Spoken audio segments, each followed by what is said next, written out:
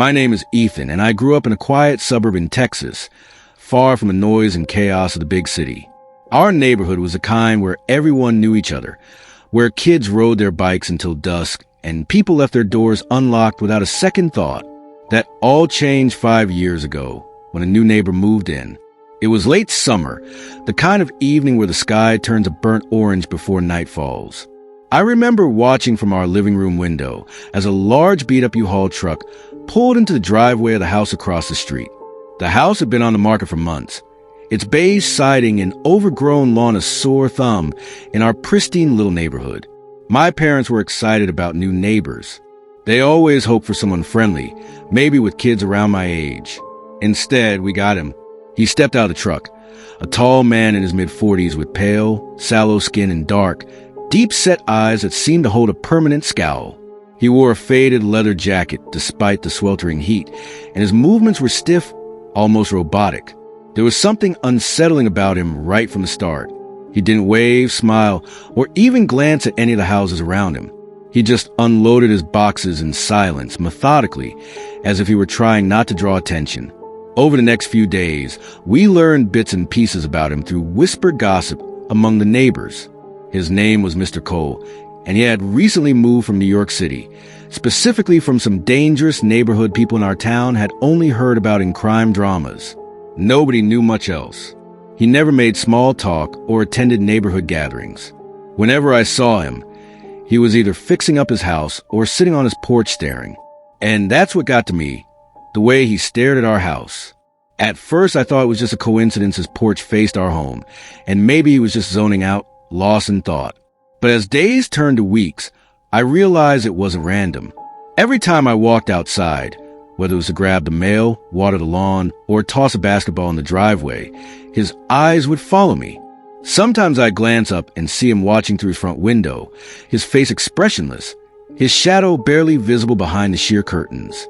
"Don't be ridiculous," my mom said when I told her. "He's probably just lonely. You should go say hi." Reluctantly, I did. One Saturday afternoon, I worked up the courage to cross the street and knock on his door. The walk to his house felt like crossing into another world. His lawn was patchy and brown, and the curtains in every window were drawn tight. When the door opened, the first thing I noticed was a smell musty, like old wood and something faintly metallic. Mr. Cole smiled at me, but it wasn't the warm, friendly kind of smile you'd expect from a neighbor. It was tight-lipped, forced, like he wasn't used to smiling at all. "Can I help you?" he asked, his voice flat and low. "I just want to say hi," I mumbled. "I live across the street. My name's Ethan." He nodded slowly, his dark eyes boring into mine. "Good to meet you, Ethan. I'm Mr. Cole." There was an awkward pause. I tried to make small talk, asking him how he liked the neighborhood so far, but his answers were short and vague. "It's fine. Quiet. Different from the city." After a few minutes, I gave up and told him I had to get back home. As I turned to leave, he said something that made me uneasy. "Nice house you've got there," he said. "Real nice." From that day on, things only got weirder. I started noticing him more often, not just on his porch, but in odd places.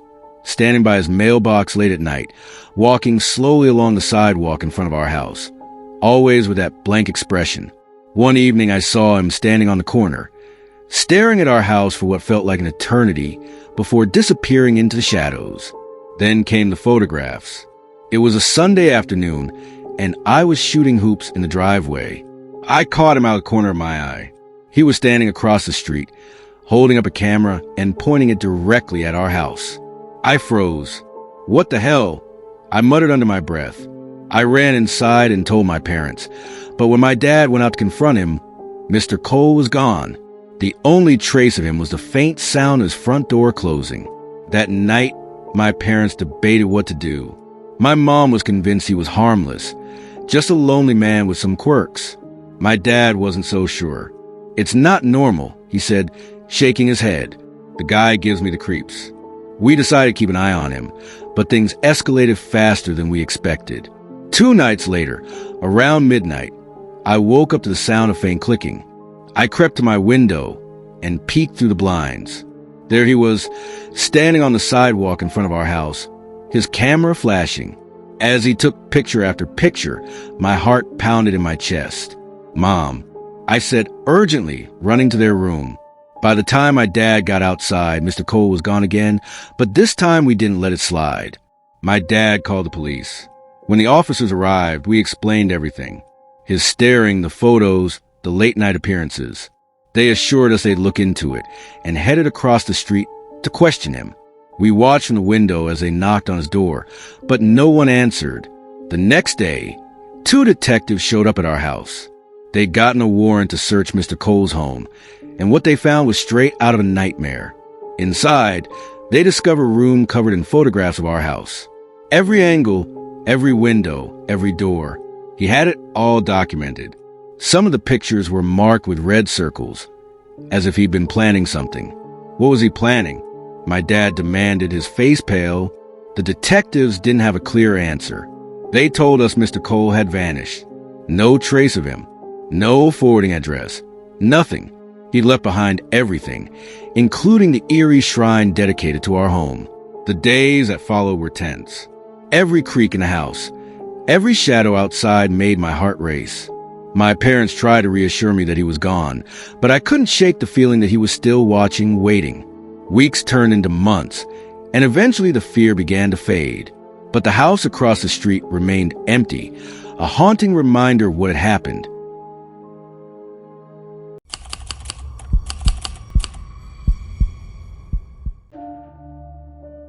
I am now in my late 30s. This story goes back to when I was 14 years old. Even though it was one of the most terrifying nights of my life, the very thought of it caused my hands to feel icy. In the month of October, it was a calm evening around 7 o'clock. I was left alone in the house because my mother and sister had gone out to do their grocery shopping when I returned. At 8 o'clock in the evening, my father was supposed to return home from work. Our next-door neighbor, Mr. Graham, was employed by the same company as he was. In order to save money on gas, they frequently carpooled and took turns driving. In the living room, I was observing a terrifying film that I had been watching. Even though it wasn't the best option for someone who was at home by themselves, I enjoyed the excitement. The dark and suspenseful scenes made the house feel eerie, and I had the volume turned up to a high level before hearing them. I was startled when I heard someone knocking on the front door. I was momentarily at a loss for words, my heart pounding. I turned the volume down on the movie while it was still playing, and then I asked, "Who is it?" "It's Mr. Graham, your neighbor," was a response that had been given. He had a voice that was calm, friendly, and recognizable, just like Mr. Graham's has always been. Following that, he stated, "There's been an accident. Your mother called me to come pick you up because your father is currently being treated at the hospital. Currently, she is so upset that she is unable to drive. Allow me to take you to the hospital. I'll open the door for you." I got to my feet, and my hands were trembling slightly. The sound of his voice was convincing, and he was even familiar with the name of my father and the specifics of his work. My mind briefly wandered to the possibility of opening the door. Whenever I thought about my father being hurt, my stomach turned into a knot. Then again, something seemed off. I decided to play it safe. "Wait a moment," I said, attempting to maintain a calm demeanor. I reached for my phone and dialed my father's number. There is no response. Again, I attempted it, but to no avail. When I looked at the door, I felt a tightening in my chest. The man who was outside began to knock more forcefully. "Get moving. Your dad needs you." Suddenly, he yelled out, "Open the door quick." The urgency in his voice, even though it was familiar, seemed to be off. My instincts began to take over. Instantaneously, I made my way to my bedroom, secured the door, and dialed the number of Mr. Graham. I waited for him to pick me up, and my hands were shaking as I did so. "Hi there." In a relaxed and unhurried manner, Mr. Graham's voice responded. "What is your whereabouts, Mr. Graham?" I inquired, having a trembling voice. "As for me, I'm at work with your father." "How come? Is everything not a problem?" My chest sank in shock. When I asked, "Are you with my dad?" I hushed, "It is true. Look, he's sitting right here." He responded, completely perplexed. "Would it be possible for you to hand him the line?" In a hurry, I inquired, After a brief pause, the voice of my father was discernible. "What exactly is the matter, my darling?" "There's a man at the door who is posing as Mr. Graham," says the person. I uttered the words.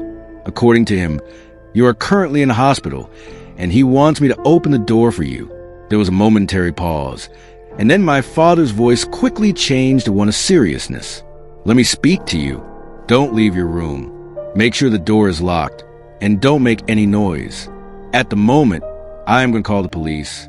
Don't hang up on me." I remained on the line while sitting on the floor close to the door to my bedroom, which was locked. The rapid beating of my heart was so intense that I was afraid it might burst. There was complete silence for a stretch of a few minutes. After that, I became aware of footsteps ascending the stairs, footsteps that are deliberate and slow. Because of my fear, my stomach became tight. There was a knock on the door of my bedroom. "Open up. It's me," the man said, his voice becoming noticeably softer. However, I was able to discern that it was not my father or Mr. Graham. I did not give a response. The knocking stopped and the house returned to its previous state of silence. I clenched my fist around the phone and mumbled into it. "He is standing outside my door." With a steady tone, my father spoke. "You must not make any noise. It's getting close to the police station." Every creak of the house caused me to jump, and I remained motionless. New footsteps could be heard downstairs after what seemed like an eternity had passed. They took a swift and resolute approach this time. "Sweetheart, it could be us." It was my mother who yelled out, "Open the door." My fear continued to hold me captive, and I hesitated for a moment. What she said was, "It's okay." There's also a law enforcement officer present. After unlocking the door, I opened it in a measured manner, with a worried expression on her face. My mother stood there. In the rear of her was a law enforcement officer in uniform. The police officer stated he had left. Despite our extensive search of the area, we were unable to locate him. Throughout the night, we will continue to patrol the neighborhood. While I experienced a wave of relief, I also felt a lingering fear. Who was that individual? How is it that he was able to know so much about us? And if I had opened the door, what would have been the consequences? The statement that I gave to the police was taken, and my parents complimented me on my cautiousness. Because of this, my father has stated that from this point forward, he will always keep his phone close by. Even though the man was never apprehended, I was able to acquire a valuable educational experience that evening. Always be cautious and trust your instincts.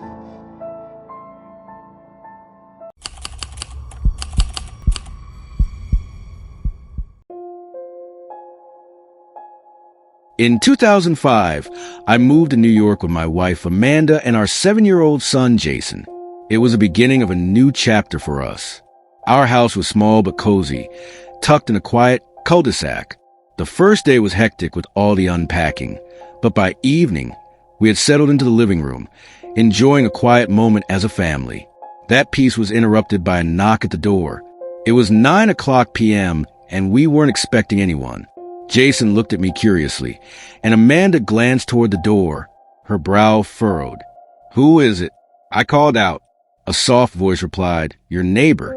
I opened the door to find a petite woman in her mid-30s. She had dark hair pulled back into a neat ponytail and was carrying a dish covered with foil. Her smile was warm and inviting. "Hi, I'm Claire. I live next door with my husband and daughter.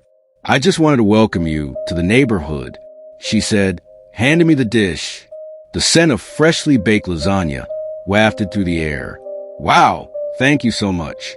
"That's so you," I said, genuinely touched. Amanda joined me at the door, and we introduced ourselves. Claire was delightful, bright, bubbly, and easy to talk to. But the conversation was cut short when a man stormed up the driveway. He was tall and broad, his face set in a scowl. "Claire, what the hell are you doing?" he barked, his voice sharp enough to make Jason jump from the couch. Claire's smile faltered, and she quickly handed the dish to Amanda. "Sorry I should go. It was nice meeting you," she said hurriedly. The man shot us a glare before dragging Claire back toward their house, muttering angrily under his breath. We stood there stunned. "Wow, he seems intense," Amanda said as we closed the door. Despite that strange introduction, The first month in our new home was wonderful. Claire often stopped by with baked goods or to chat, always apologizing for her husband, Mark, who she claimed had a short temper. She was a kind woman, always asking about Jason, and even offering to babysit if we ever needed her. Mark, on the other hand, was the opposite. He barely spoke and seemed perpetually angry, his cold-piercing eyes unnerving us whenever we crossed paths. One night, around 1 a.m., we were jolted awake by loud shouting. It was coming from Claire and Mark's house. "Why do you always do this?" "I told you not to." Mark's voice thundered, followed by a loud crash. Amanda and I exchanged worried looks. "We should check on her," she said, already getting out of bed. Reluctantly, I followed her. We knocked on their door, but there was no response. After a few minutes, the door finally opened. Mark stood there shirtless and sweating, his face red with anger. "What do you want?" He snapped, his eyes narrowing. "We heard shouting and wanted to make sure everything was okay," I said. His expression darkened, and he stepped closer, towering over me. "Mind your own business," he growled, "and don't ever come here again." Before I could respond, he slammed the door in our faces. Amanda grabbed my arm. "Something's wrong," she noticed. "Claire might need help." The next day, I kept a close eye on their house. Around noon, I saw Mark loading up his car. Claire was nowhere in sight. Instead, he had their young daughter with him, a quiet little girl of maybe 6 or 7. What caught my attention, though, was a large black briefcase he struggled to lift into the trunk. It looked heavy, too heavy. As he locked the house, he noticed me watching from our balcony. He smiled a wide, unsettling grin that didn't reach his eyes, then got into the car and drove off. My gut told me something was wrong. I went down to their driveway, hoping to find some clue as to where Claire might be. That's when I noticed it, a thin trail of red liquid. It led from the garage to the driveway, stopping where the car had been parked. My stomach churned. I called the police immediately. When they arrived, they broke down the front door while I stood behind them, heart pounding. The house was a mess. Furniture was overturned, and shards of broken glass littered the floor. It looked like there had been a struggle. Upstairs, one of the officers called. I followed them up to the master bedroom. Under the bed, they found a baseball bat. The handle was sticky with dried blood, and strands of hair were tangled around it. The sight made me sick. "He did something to her," I said. The police began their investigation, in earnest. Weeks went by with no sign of Mark or Claire. Then one day I got a call. "We've arrested Mark at the airport," the officer said. "He was trying to flee the country."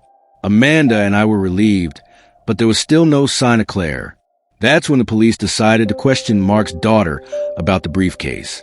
The little girl replied, her voice trembling, "Daddy buried the briefcase in the forest." With her help, the police searched the nearest forest. It didn't take long to find it. The black briefcase half buried in the dirt. When they opened it, the stench hit us first. Inside was Claire's lifeless body, her face frozen in a look of terror. Mark confessed during interrogation, though his story was twisted.